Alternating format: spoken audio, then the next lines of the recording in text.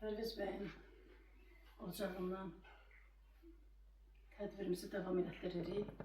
Yəni ki, tədbirdə obyektiv səbəblərdən hörmətli Sabirabad rayonunun Qaratəpə üzrə icra nümayəndəsi İlham bəy başqa tədbirdə olduğuna görə bizə qoşulduğuna görə davam etdiririk. İlham bəyi dinləyək və gördüyü işlər və Qaratəpə kəndində olan problemlər haqqında öz fikirlərini bizə çatdırsın. Və yeri gəlmişkən bir çox layihələri həyata keçirmək istəyir. Bu barədə də bizə birliyin dəstəyi lazımdır. Hörmətli İlham bəy, fikirlərinizi çatdırmağınızı sizə xahiş edirik. Bugün çox təşəkkür edirəm ki, sizə bu gözəl ocağa ziyarət eləməyə həmişə ziyarət edirik. Amma bu günləri sizin dəvətinizlə ocağı ziyarət elədik. Siz səbəbkar oldunuz. Biz onsuz da əlaqəliyik Pərviz qardaşımdan həmişə və çox xoşbəxtəm ki, Milli Qəhrəmanın bacısı, Azərbaycan Milli Qəhrəmanın bacısı İnşallah xanım, Azərbaycan bayrağı ordenli, o da bizim qəhrəmanımızdır. Mənim gözəl bacım, həmişə bacı deyirəm. Və Pərviz qardaşım, 44 günlük müharibənin Toğrul Bulamızın atası ilə bu ocağı ziyarət edir. Bütün Azərbaycan şəhidlərinə Allah rəhmət eləsin. Mən heç vaxt 1-ci Qarabağ, 2-ci Qarabağ şəhidi deyə bilmirəm. Bütün şəhidlərimizə, onlar Azərbaycan Respublikanın suverenliyi uğrunda, torpaqlarımızın azad olması yolunda öz canlarından keçir.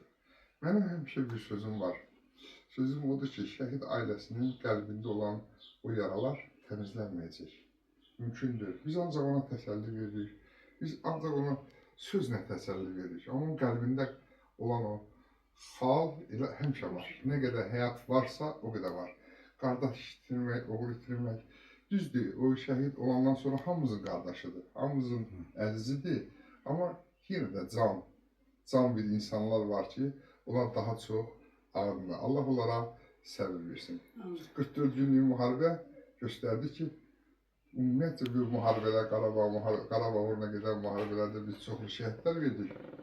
Azərbaycan xalqı göstərdi ki, bu vaxtı ilə bizim başda komandamız olmadı 92-ci ildə.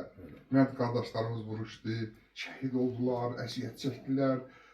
Onlar da könüllü getdilər və ya çağırışla getdilər, amma biz geri komandarın olmayandan sonra, bir ailənin başçısı olmayandan sonra mümkündür. Kürüsü davası, səhlankarlıq. Həyatda görünür ki, bir ailənin başçısı olmayanda o ailədən hər şey liderdən asılıdır. Ya nəsə mümkündür də o ailənin cırılmağı mümkündür. Eləcə də bizim Respublikanın onda başçısı yox idi. Və 44 günlük müharibədə Ulu Öndər Allah rəhmət eləsin deyirdi ki, nə vaxt, nə zaman olacağı səbirlə gözləmək lazım. Prezident cənab İlham Əliyevin sözü deyir, nəyə nə vaxtda eləcəyi mən hamıdan mən bilirəm də, yəni ki, vaxtı zamanı. Vaxtında da o işi gördü, çünki vaxtsız görsəydi çoxlu şəhidlərimiz olardı, ucuz şəhidimiz yox, vaxt çoxlu olardı, onlar üçün uduzardıq. Prezident fikirləşdi, ağıllı adam idi fikirləşdi, ölkə başçı fikirləşdi, vaxtında eləyək, silahlarımız olsun, neyimcə, o özü bizdən yaxşı bilir də. Vaxtında da elədi, Allah rəhmət eləsin, şəhidsiz də torpaq almaq olmur. Mən bu kəndin 8 ildir, əslən bu kənddən olmasanda, 8 il bu kənddə rəhbəri edirəm, bu kəndin mərdliyi, inanın, bax, and olsun Allaha, bir Allaha müsəlman olanı söyləyir, bu kəndin mərdliyi, qeyrətli oğlanları o qədər mənə zövq verir ki, işləməyə, fikirləşəm, nə qədər yorulsam da işləmək istəyirəm, nə qədər yaratmaq istəyirəm. Yaratmaq istəyirəm ki, problemlər aradan qalsın. İndi müəllimi ilə biz danışığımızın böyük problemlər var, danışdıq, bir yerdə müzakirə elədik. Gələcəkdə o problemlərdən belə asıda vaxtın yaranması. Gəzlərin asıda vaxtı. Adam var ki, şəraiti yoxdur, kəndi var ki, fəz qarası. Şəraiti yoxdur. Bizim amma şəraitimiz göz qabağındadır. Biz o həmin stadionun çəkilişini eləmişik. Bəli. Və o işıqlandırdı ki, kənddə həddindən artıq deməli, uşaqları pis yollara düşürlər. İndi adını adam çəkmək istəyəm. Əgər onlarsa asuda vaxt olsa, həmin o stadion təzədən bərpa olsa, o negativ hallar da heç olmaz. Yəni ki, kənddə uşaq bağçası yoxdur. Uşaq bağçası tikilsə, gənc analar da uşaqların bağçaya qoyub işə getmək istəyirlər. Və yaxud da ki, çöldə məsəl üçün əkində, tikində olmaq istəyirlər. Körpələrini hara qoysunlar? Bağça lazımdır, məkanı da var, obyektlər var. İstəyir stadionu bərpa eləmək üçün, istərsə də ki, o bağça bərpa eləmək üçün obyekti var. Sadəcə bu işə başlamaq lazımdır. Kətdə elə kətlər var ki, sonunda imkan yoxdur. Torpaqlar zəbt olunur, torpaqlar deyək ki, ticarət mərkəzləri açılıb. Şükür Allaha, bizdə olan stadion da qorunub saxlanılır. Məişət evi də qorunub saxlanılır. Məişət evi uşaq bağçasının bazasıdır. Yəni onun tikilisi sayılır. Stadionumuz da var. Amma bərbad vəziyyətdədir, o bərpa eləmək lazımdır. Bərbad vəziyyətdədir. Bərpa da tək əldən səs çıxmaz. Tək əldən səs çıxmaz. Biz birlikdə onu bərpa eləməliyik, birlikdə. Hansı qurumlar bizə kömək eləməlidir? Burada çəkiliş gedir, bunu biz bildirək də çatdıraq. Biz xahiş edərdik, əvvəla biz xahiş edərdik ki, Qaratəpə və Nəriman kəndin nümayəndənin ərazisində yerləşən kətdə o böyüyüb boya başa satmış məmurlarımız var. Yaxşı vəzifədə işləyən ticarətçilərimiz var. Özəl sektorda işləyən adamlarımız var. Biz oradan xahiş edərdik ki, bizə maddi dəstək olsunlar.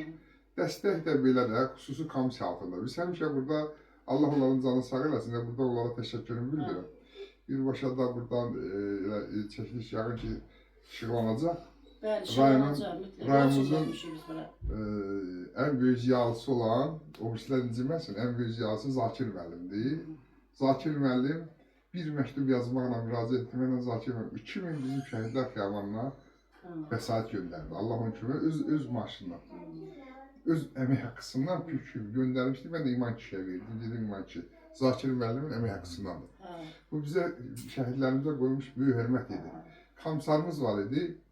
Vaxtı ilə burada komissar olub, Əlsafa müəllim. 1200 manat pulu göndərdi, 1200 manat. Və ürəyi durmadı. Cəmşid var, usta. Gəlib orada qəbirstanlıqda yaxınlaşır var. 50 manatda baxır, görür iş nəfəri gedir də. 50 manatda var, pul verir ki, gələ çörək yeyirsiniz. Çox, o mənə yenə də zəng elədi ki, yenə də lazımdır kömək.